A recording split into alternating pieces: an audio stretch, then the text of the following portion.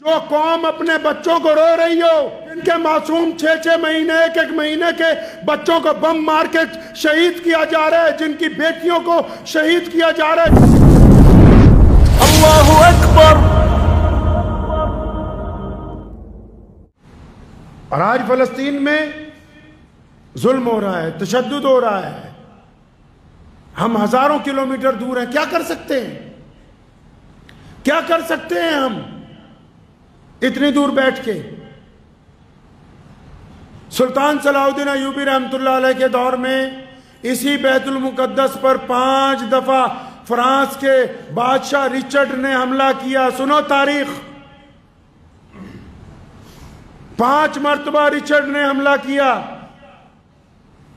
اور جب 5ویں دفعہ وہ لشکر لے کے آیا تو 5ویں دفعہ 10 لاکھ لوگ اس کے ساتھ تھے جو سمندری بیڑے میں آ رہے تھے۔ سلطان کے مخبروں نے آ کے اسے بتایا کہ اس بار جو حملہ ہوگا، اس بار جو فوج آ رہی ہے، اس بار جو دشمن آپ کے مقابلے میں آ رہا ہے، اس کے پاس اتنی طاقت ہے، اتنی کشتیاں ہیں، اتنے جہاز ہیں، اتنے گھوڑ سوار ہیں، لاکھوں لوگ ان کے ساتھ ہیں، اگر ہم کھڑے بھی ہو جائیں ان کے سامنے تو جب وہ ریلا چلے گا تو ہماری نام و نشان مٹ جائے گا، پتہ نہیں لگے گا۔ لیکن ایک بات دنیا والوں نے سمجھ رکھی ہے، دنیا یہ کہتی ہے کہ ٹیکنالوجی سب کچھ ہے۔ ہمارے کریم رسول کہیے صلی اللہ علیہ وسلم نے فرمایا ٹیکنالوجی سب کچھ نہیں ہے، اللہ کی ذات سپر پاور ہے۔ صلاح الدین ایوبی رحمۃ اللہ علیہ نے تیاری کی، 25,000 کا لشکر کیا کر سکتے تھے 10 لاکھ لوگوں کے سامنے؟ سلطان اکا شہر، یہی جہاں پر آج سمندر جا کے جڑتا ہے، جس کو ویسٹ بینک کہا جاتا ہے آج کے دور میں، غزہ جس کا نام ہے، سلطان وہاں پہنچے، اور پھر جب وہ دشمن آنے میں 2 دن باقی تھے، وہ چل چکا تھا لشکر، سلطان نے جانماز بچھایا، دریا کے کنارے، سمندر کے کنارے اپنا خیمہ لگوایا، جانماز بچھایا، رات کو تہجد کی نماز پڑھی اور سر سجدے میں رکھا، اور پھر جو اپنے اللہ کے حضور رونا شروع کیا، اللہ کے حضور گڑ گڑانا شروع کیا کہ اللہ ہم تو توانا ہیں، ہم کمزور ہیں، لوگ کہتے ہیں کہ ہمارے پاس ٹیکنالوجی ہے، لوگ کہتے ہیں ہمارے پاس طاقت ہے۔ سلطان صلاح الدین ایوبی ساری رات روتا رہا، فجر کی نماز پڑھ کر جب باہر نکلا تو اس کے کمانڈر نے بتایا، اس کے پیر وہاں موجود تھے، انہوں نے ان کو بتایا کہ سلطان تمہارے آنسوؤں میں دشمن ڈوب گیا۔ اٹھا لو تاریخ، لکھی ہوئی ہے، جون سی مرضی کتاب اٹھا لو، چاہے انگریزی کی اٹھا لو، چاہے ہیبرو کی اٹھا لو، چاہے اردو کی اٹھا لو، کہا سلطان تمہارے آنسوؤں میں لشکر ڈوب گیا۔ سلطان نے کہا میں سمجھا نہیں۔ فرمایا کہ پچھلی رات بحر کلزم میں اتنا زبردست طوفان آیا، اتنی بڑی سونامی آئی ہے کہ جو سمندر کے درمیان میں ٹاپو تھے انہوں نے اپنی جگہ بدل لی، جتنے 1000 جہاز بحری آ رہے تھے وہ دریا کی تہ میں اتر گئے ہیں، کوئی ایک فوجی اب ایسا زندہ نہیں بچا جو بیت المقدس تک پہنچے گا۔ تو سلطان صلاح الدین ایوبی نے پھر کہا تھا کہ بے شک دنیا کی بڑی طاقت فوجوں میں نہیں ہے، سب سے بڑی طاقت صرف اللہ تبارک و تعالیٰ کے ساتھ۔ پھر یہ وہم ٹوٹ گیا جدید دور میں بھی۔ ابھی گیا نہیں ہمارے پڑوس میں سے دنیا کی سپر پاور۔ آج بھی یاد رکھو، ہم اگر ہزاروں میل دور بیٹھے ہیں، ہم دوائی نہیں بھیج سکتے، کپڑے نہیں بھیج سکتے، پیسے نہیں بھیج سکتے، لیکن اخلاص نیت کے ساتھ رات کو تہجد میں اٹھ کے، صرف مجمع میں نہیں، رات کو تہجد میں اٹھ کے اپنے رب کے حضور دونوں ہاتھ اٹھا کے ان آنسوؤں کے ساتھ اللہ تعالیٰ کی حضور یہ مطالبہ تو کر سکتے ہیں کہ وہ ظالم جو ہمارے قوم کے بچوں کو مار رہے ہیں، جنہوں نے اسپتالوں تک کو نہیں چھوڑا، جنہوں نے مساجد کو شہید کر دیا، جو بیت المقدس کے اندر داخل ہونا چاہتے ہیں، اے مولا کریم ہمارے پاس تو طاقت نہیں ہے، لیکن تو چاہے تو دن کی روشنی میں رات کی سیاہی آ سکتی ہے، اور تو چاہے تو رات کی سیاہی میں دن کی روشنی کے اندر تبدیل ہو سکتا ہے۔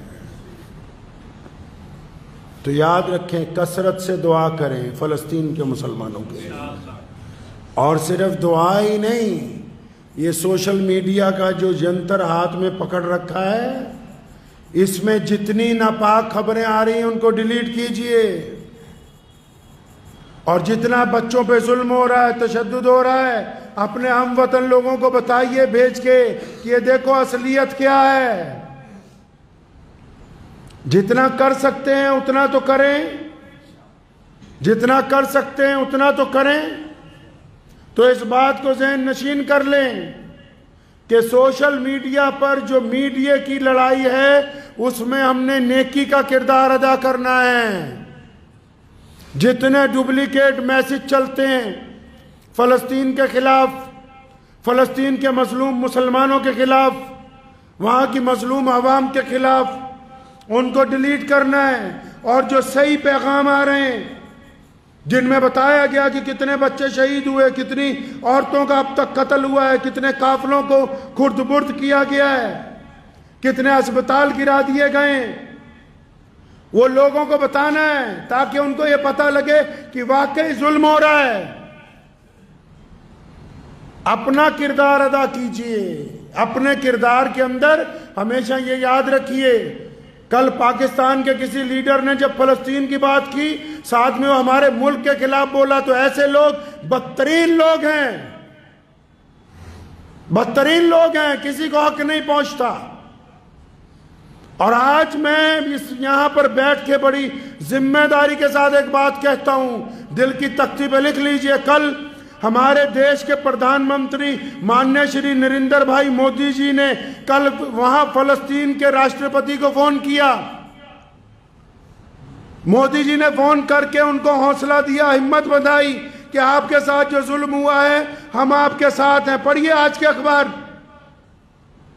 ہم اپنے پردھان منتری کا شکریہ ادا کرتے ہیں، اور ساتھ میں آج ایک بڑی بات میں ان تک پہنچانا چاہتا ہوں کہ مودی جی جب بھی آپ جب وکاس کی بات کرتے ہیں، آپ ہمیشہ کہتے ہیں کہ سب کا ساتھ چاہیے، سب کا وکاس چاہیے، اور بے شک اس میں کوئی دو رائے نہیں، کوئی ملا مانے نہ مانے، دیش کے بہت سارے مسلمانوں نے آپ کی بات کو مانا ہے۔ لیکن کیا بات ہے کہ جب آپ مسلمانوں کو اپنی چھاتی سے لگانے کی بات کرتے ہیں، آپ مسلمانوں سے محبت کی بات کرتے ہیں، آپ نے گجرات میں بھی پسماندہ مسلمانوں کی بات کی، لیکن جب دنیا میں کہیں کچھ ہوتا ہے تو یہ نیشنل ہندی میڈیا ہر ایک بات کو آپ کے ساتھ لگا کے پیش کرتا ہے۔ یہ مسلمانوں کے دل میں آپ کی نفرت پیدا کرنے کی کوشش کرتا ہے۔ کبھی ان سے پوچھئے کہ یہ آپ کے کون سے ویرودھیوں کی شے کے اوپر دیش کے مسلمانوں کو اپنے ہی پردھان منتری کے ساتھ اس طرح کی باتیں بنا کے پیش کرتا ہے؟ کبھی ان میڈیا والوں سے بھی پوچھئے جا کے۔ یہ کوئی فن کا کام نہیں کر رہا نیشنل میڈیا۔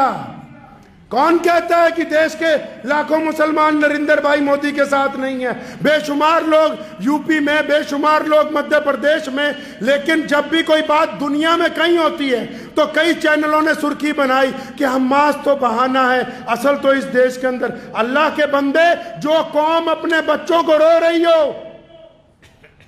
جن کے معصوم 6 مہینے 1 مہینے کے بچوں کو بم مار کے شہید کیا جا رہا ہے، جن کی بیٹیوں کو شہید کیا جا رہا ہے، جن کی مسجدوں کو وہ اپنا رونا رو رہے ہیں، تم اس رونے کے درمیان بھی ہمارے ہی دیش کی سطح میں بیٹھے ہوئے اس انسان کو جو اس وقت پورے وشو میں بھارت کی بات کر رہا ہے اس کے ساتھ کمپیر کرتے ہو۔ تو یہ بتاؤ سارے نیشنل میڈیا والوں کہ کون سے ویرودھی پارٹیوں کی شے پہ تم یہ کارنامہ کر رہے ہو، اور مولویوں کی تقریریں چھوٹی چھوٹی کاٹ کے روزانہ نیشنل میڈیا پر چلا رہے ہو۔ تم کیا چاہتے کیا ہو کہ دیش کا مسلمان کیا اپنے ہی پردھان منتری کے ساتھ نہ کھڑا ہو؟ میں یہ پیغام پہنچانا چاہتا ہوں ان کو کہ ہم جب بھی تکلیف میں ہوتے ہیں، ہم تو اپنی تکلیف کے لیے رو رہے ہیں، لیکن یہ نیشنل میڈیا اس کو اسی دیش میں گندا رنگ دے رہا ہے، نفرت کا رنگ دے رہا ہے، بھڑکانے کا رنگ دے رہا ہے۔ کبھی ان سے بھی بٹھا کے پوچھ لو کہ تم چاہتے کیا ہو، کیا کر رہے ہو؟ ایک طرف بات ہو رہی ہے کہ ہم نے سارے مسلمانوں کو، لیکن مجھے تو اس بات کا یقین ہو گیا پچھلے 10 دن میں جتنے بڑے ہندی کے چینل میں نے دیکھے، مجھے اس بات کا یقین ہوا کہ ان کو یہودیوں سے کوئی محبت نہیں ہے، ان کو اسرائیل سے کوئی محبت نہیں ہے۔ یہ دراصل بھارت کے ہی رہنے والے لوگوں کو بھارت کی وپکشی پارٹیوں کے کہنے پر بھارت کی سطح میں بیٹھے ہوئے لوگوں سے الگ کرنا چاہتے ہیں۔ یہ ان نیشنل میڈیا والوں کی حقیقت ہے، اس سے زیادہ ان کے پلے کچھ نہیں ہے۔ اس بات کو سمجھ لیجئے کہ جب کوئی بندہ صحیح کام کرے گا تو ہم کیا کہیں گے؟ صحیح کر رہا ہے۔ ہمارے پردھان منتری نے کل فلسطین کے لوگوں کو ہمت بندھائی تو ہم کیسے کہہ دیں کہ غلط ہے؟ بالکل صحیح ہے۔ جب انہوں نے فون کر کے کہا کہ جن لوگوں پہ ہسپتال میں بم گرایا گیا وہ ظلم ہے، جب انہوں نے کہا کہ ہم آپ کی مدد کرتے رہیں گے، بھارت اپنے سٹینڈ کے اوپر قائم ہے، تو پھر یہ کون لوگ ہیں؟ یہ کون ہے جو نیشنل میڈیا پہ بیٹھے ہیں؟ نیشنل میڈیا والوں کو کہتا ہوں، آؤ کسی بازار میں ایک مسلمان اپنے ایک ہندو بھائی کی دکان سے سامان خریدتا ہے اور ایک سکھ اپنے ہندو بھائی کے ساتھ معاملہ رکھتا ہے کاروبار کا۔ ایک مسلمان کی دکان پر ہندو اور سکھ سامان خریدنے جاتے ہیں۔ یہ جو تم نفرت کی باتیں چینل پہ بیٹھ کے کرتے ہو، زمین پہ آ کے دیکھو ایسی کوئی نفرت اس ملک کے اندر موجود نہیں ہے۔ تو آج اس جمعے کے مبارک موقع پر جہاں ہم اپنے پردھان منتری کا شکریہ ادا کرتے ہیں، ان سے درخواست بھی کرتے ہیں کہ یہ جو دوگلی پالیسی چینلوں نے اپنا رکھی ہے، جو در حقیقت ہمارے خلاف نہیں ہے، ہمارے خلاف نہیں ہے، یہ آپ کے اس نعرے کے خلاف ہے، سب کا ساتھ سب کا وکاس۔ یہ جو کارنامہ یہ انجام دے رہے ہیں، ان کو بٹھا کے ان کے کان کھینچ کے پوچھئے کہ وہ کون سی طاقتیں ہیں، وہ کون لوگ ہیں جن کے کہنے کے اوپر تم یہ کام انجام دے رہے ہو۔ اور آپ تمام مسلمان اس بات کو ذہن نشین کر لیجئے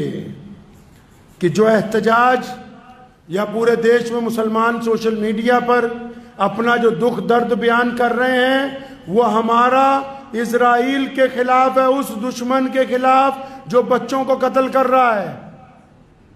اس دشمن کے خلاف جو ہمارے بیت المقدس کی طرف گندی نگاہ رکھتا ہے، اس دشمن کے خلاف جو بیت المقدس کے اندر گھس کے روزانہ لوگوں کو شہید کر رہا ہے،